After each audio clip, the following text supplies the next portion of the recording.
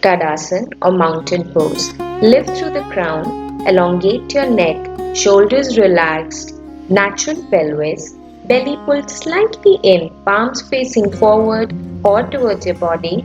Lift your kneecaps, toes touching, heels slightly apart. Keep breathing. Vrikshasana or tree pose. Gaze forward, shoulders back and away from ears, chest lifted. Hands at heart on hips or above head. Hips even with each other. Actively push knee outward to open hip. Thighs engaged, kneecap lifted. Foot resting on inner thigh or calf, not on the knee. All four corners of standing foot are grounded. Repeat the other side. Trikonasana or triangle pose. Stand 3 feet distance apart. Wrist over your shoulders. Gaze up towards your hand. Shoulders stacked. Chest opening towards the ceiling.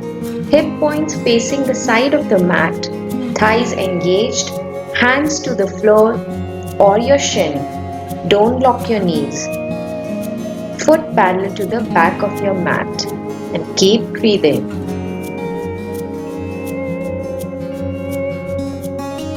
Veerbhadrasana A, Warrior 1. Distance 4.5 feet away.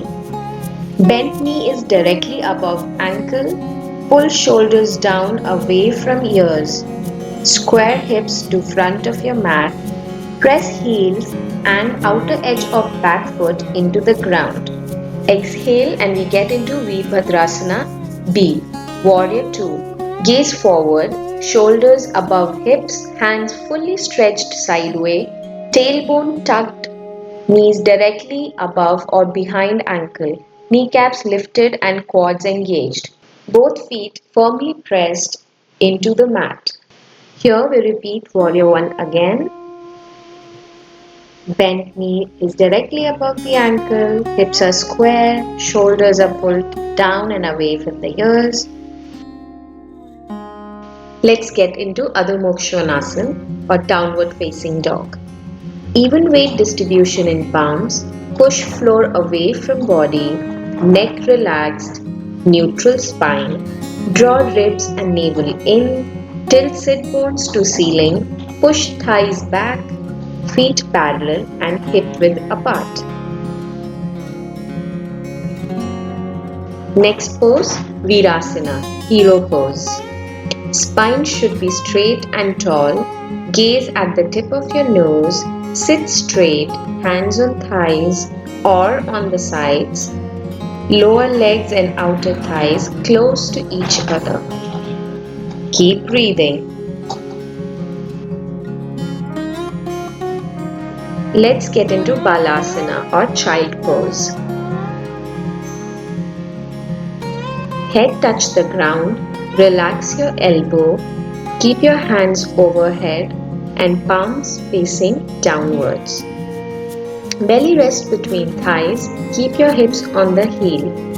You can also place your hands behind and your palms facing upwards. Keep breathing nice and slow. Relax your shoulders, relax your neck and surrender to the earth.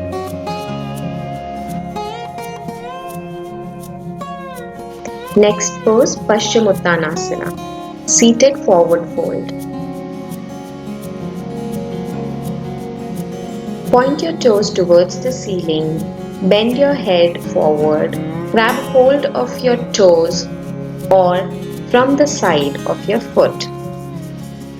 Keep your hips on the mat, keep your legs engaged and keep breathing. Exhale and slowly come up.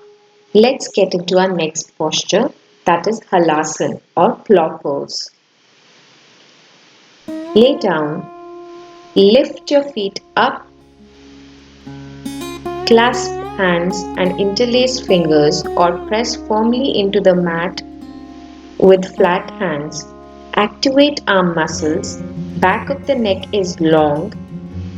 Gaze at navel and protract your neck by not turning the head.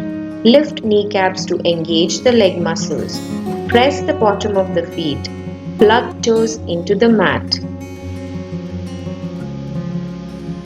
Lift your legs up into shoulder stand, Sarvangasana. Place your hands on your back to support your back. Soften your throat. Keep breathing deeply. Press your elbows on the ground. Head touches the ground. And slowly come down. Release your leg and let's get into a resting pose.